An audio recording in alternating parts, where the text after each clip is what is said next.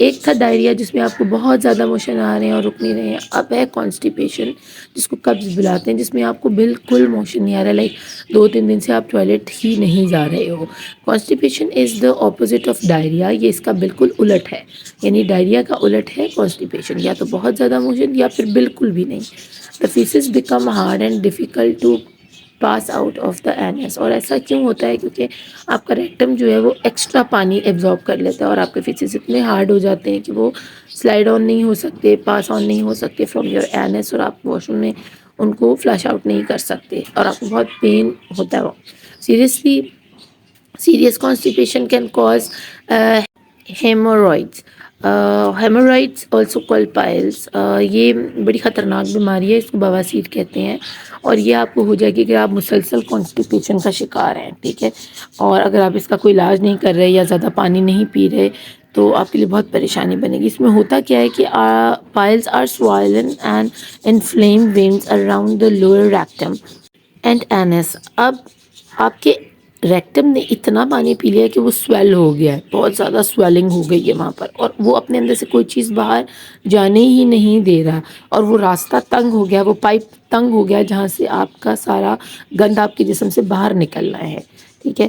تو اب ریکٹم اور اینس دونوں میں سویلنگ ہو چکی ہے، they can cause itching and bleeding. اب اس میں آپ کو فیلنگ کیسی آ رہی ہوگی؟ آپ کو خارش ہو رہی ہوگی اور آپ کو اکثر اوقات بلیڈنگ آنا شروع ہو جاتی ہے، اور یہ بڑا یقین کریے خطرناک قسم کی بیماری ہے، بہت زیادہ آپ کو اس میں ویکنیس ہو جاتا ہے۔ Doing plenty of exercise, drinking water regularly and eating food containing lots of raw fish can help in keeping the faces soft and avoiding constipation. تو یہ بھی ایک کوشچن ہو سکتا ہے کہ کس طرح آپ اوائڈ کر سکتے ہو قبض کو یا کانسٹیپیشن کو۔ تو اس کے 3 طریقے ہیں، ایک تو ڈو لاٹس آف ایکسرسائز، ٹھیک ہے، اچھی سی ورزش کریں روزانہ، اور پانی بہت سارا پئیں، اور رفیج والی چیزیں کھائیں، لائک ویجیٹیبلس کھائیں آپ، جس میں زیادہ آپ کو فائبرز ملیں، اور اس کے اندر آپ پھل ہو سکتے ہیں، آپ کے سبزیاں ہو سکتی ہیں، دالیں ہو سکتی ہیں، تو ایسی چیزیں جو سبز پتوں والی ہیں نا، دیٹ از بیسکلی کالڈ رفیج، جو کہ آپ کی باڈی جن کو ہضم نہیں کرتی، لیکن وہ کیا آپ کی ہیلپ کرتی ہیں کہ وہ ان میں پلانٹ سیلز ہوتے ہیں، سیلولوز موجود ہوتے ہیں، سیل والز ہوتی ہیں، تو وہ ایز اٹ از جو آپ کھاتے ہو آپ کے پیٹ سے باہر نکل جاتا ہے، اور وہ اپنے ساتھ ساتھ باقی گند کو بھی لے کر آپ کے جسم سے باہر نکل جاتی ہیں۔ تو وہ رفیج ویسے تو ہماری باڈی ان کو کنزیوم نہیں کرتی، ان میں سے نیوٹرینٹس نہیں لیتی، لیکن وہ ہمارے لیے صفائی والوں کا کام کرتے ہیں۔ جیسے آپ ساگ پالک وغیرہ کھاتے ہو، اس کے بعد بہت سارے لوگوں کا پیٹ خراب ہو جاتا ہے، تو یہ بہت ضروری ہے، ٹھیک ہے، اور یہ رفیج ہے جو ہم کھا رہے ہیں تاکہ ہمارے پیٹ کی صفائی ہو سکے، تو ہمیں یہ بہت زیادہ مقدار میں ڈیلی بیسس پر لینی چاہیے۔ تو ایکسرسائز کریں، ڈھیر سارا پانی پئیں، اور رفیج کا استعمال کریں۔ نیکسٹ ٹاپک جو ہمارے پاس ہے وہ ہے انڈائجیشن، یعنی کسی چیز کا ہضم نہ ہونا۔ Indigestion is generally termed use to describe several intestinal problems that occurs at the same time. ضروری نہیں ہے کہ آپ کو صرف ڈائریا اور کانسٹیپیشن ہی ہو سکتا ہے، اس کے علاوہ بھی کھانا ہضم نہ کرنے کی اور بھی کئی وجوہات ہیں جو اسی وقت آپ کو ممکن ہے ہو جائیں جب آپ کو کوئی پیٹ کا انفیکشن ہو جائے یا کچھ اور مسئلہ ہو جائے۔ These include tummy ache, a burning sensation, or feeling uncomfortably full just after eating۔ اب اس میں اور 3 شکلیں کیا ہیں اس کی، کہ آپ کو اگر کانسٹیپیشن اور ڈائریا کے ساتھ ساتھ کچھ اور بھی فیل ہونا شروع ہو رہا ہے، یا اگر کانسٹیپیشن ڈائریا نہیں ہے تو آپ کو اس قسم کی فیلنگ آ رہی ہے کہ آپ نے کھانا کھایا اور آپ کا پیٹ ایسے جیسے پھٹ جائے گا، اتنی زیادہ آپ کا پیٹ باہر آ گیا ٹمی آپ کی، اور پیٹ میں شدید درد کا ہونا، یا آپ کے سینے کا جلنا، آپ کو جلن محسوس ہونا سینے کے اندر، وہ اس لیے ہوتا ہے کہ بہت ساری مرچیں اگر آپ کھا لیتے ہیں، یا بہت فرائیڈ کھانا کھاتے ہیں، یا فاسٹ فوڈ لیتے ہیں، یا انہیلدی فوڈ کی طرف جاتے ہیں، تو آپ کو پھر اس قسم کے سمٹمز آنا شروع ہو جائیں گے اگر آپ کو ڈائریا اور کانسٹیپیشن نہیں ہوتا تو۔ Treatment for indigestion depends on the causes, اور اس کی جو علاج ہے نا وہ اس بات پر ہے کہ آخر آپ کو کیوں ایسا ہوا ہے، یا آپ نے لیٹ نائٹ کھانا کھا کر سو گئے ہیں تو ایسا ہوا ہے، یا آپ نے بہت زیادہ مرچوں والا اسپائسی فوڈ یا فاسٹ فوڈ لے لیا، یا آپ نے کوئی خراب کھانا کھا لیا، فریج میں 2-3 دن پرانا کھانا رکھا ہوا اور آپ نے وہ کھا لیا، تو اس کا علاج اس حساب سے کیا جاتا ہے۔ But usually maintaining a balance diet can help prevent it. لیکن اگر آپ چاہتے ہیں کہ آپ کو اس قسم کی بیماری سے جلد نجات ملے اور آپ کو ایسا دوبارہ نہ ہو، تو آپ بیلنس ڈائٹ کی طرف جائیں، اپنے کھانے میں پانی، رافیج، پروٹین، کاربوہائیڈریٹس سب ایک بیلنس مقدار میں لیں. یہ نہیں کہ بس فاسٹ فوڈ کھانے بیٹھے تو 3 برگر کنزیوم کر رہے ہیں، 4 بوتلیں پی رہے ہیں. دس از ناٹ گڈ. یا آپ فرائز کھا رہے ہیں، یا صرف آپ چپس بسکٹ اور اس قسم کی جنک فوڈ کی طرف ہیں، یا آپ صرف فروٹس کھا رہے ہیں. ٹھیک ہے نا؟ تو کوئی بھی ہیلدی چیز بھی اگر آپ زیادہ کھا لیں گے تو بھی آپ کو مسئلہ ہوگا. تو ہمیں بیلنس ڈائٹ کی طرف جانا ہے، ساری چیزیں تھوڑی تھوڑی لینی ہیں. سیکنڈ، ہمارے پاس انہوں نے لکھا ہوا کہ indigestion can be treated by tablets supplied by chemist. اور کیمسٹ آپ کو کچھ دوائیاں اور ادویات دیتا ہے جس سے آپ انڈائجیشن کو ٹھیک کر سکتے ہو. اس میں کچھ سیرپ بھی ہوتے ہیں جو آپ کے گیسز وغیرہ کو جو ہے نا نارملائز کرتے ہیں، آپ کے پیٹ میں جو بلکی فیل ہے اس کو ختم کرتے ہیں. اب اگلا ٹاپک ہے ہمارے پاس appendicitis. Appendicitis is an inflammation of the appendix which causes vomiting, constipation or diarrhea and a loss of appetite. اب کیا ہے اپینڈیسائٹس ہوتی ہے اس وقت جب آپ کی اپینڈکس سوج جاتی ہے، پھول جاتی ہے آپ کے پیٹ کے اندر، آپ کے اسٹمک کے پاس یہ موجود ہے، نیچے آ کر انٹسٹائن کے پاس کر کے. اور اس کی پکچر بھی میں آپ کو یہ شو کروا رہی ہوں. تو اس میں ہوتا کیا ہے کہ یہ سوج جاتی ہے، اور آپ کو پتہ ہے اپینڈکس اللہ نے کیوں ہمارے جسم میں رکھی ہے ابھی تک کسی ڈاکٹر کو یہ پتہ نہیں چلا ہے. ٹھیک ہے؟ اور وہ کہتے ہیں کہ ہم اس والے حصے کو یوز ہی نہیں کرتا ہمارا جسم جو ہے. لیکن مجھے نہیں لگتا کہ اللہ نے کوئی ایسی چیز بیکار بنائی ہے جو ہمارے پیٹ میں اللہ نے رکھ دی ہے. مے بی اس کا ضرور کوئی نہ کوئی ایسا کام ہوگا جو کہ ابھی تک ڈسکلوز نہیں ہو سکا، ایکسپلور نہیں ہو سکا، اس کی ڈسکوری نہیں ہو سکی کہ آیا کہ ہماری باڈی میں اللہ نے کیوں رکھا ہے اپینڈکس کو. اصل میں یہ کہتے ہیں کہ یہ زیادہ تر وہ جانور اپینڈکس استعمال کرتے ہیں جو کہ زیادہ سبزیاں کھاتے ہیں. ٹھیک ہے؟ اور یہ سیلولوز کی جو والز ہوتی ہیں ان کو ڈائجسٹ کرتا ہے اپینڈکس. تو ہم بھی تو سبزیاں کھاتے ہیں نا. یہ کیوں انسان بھول جاتا ہے کہ ہم بھی تو لائک یہ ساری چیزیں کنزیوم کرتے ہیں. تو مے بی ڈاکٹر میرے سے زیادہ بہتر سمجھ سکتے ہیں کہ why they do not disclose کہ what is appendix rightly doing inside over stomach یا ان سائڈ اوور انٹسٹائن. اب یہ اپینڈکس کی جو ہمیں تکلیف اگر اپینڈیسائٹس ہو جاتا ہے تو اس میں ہوگا کیا، وہ سویل ہو جائے گی اور آپ کو کیسی فیلنگ آئے گی، آپ کو وامٹنگ شروع ہو جائے گی، الٹیاں لگ جائیں گی، یا قبض ہو جائے گی، یا بہت لوز موشن آنا شروع ہو جائیں گے، اور آپ کو بھوک نہیں لگے گی. Acute appendicitis requires surgery to remove the appendix to prevent it from bursting.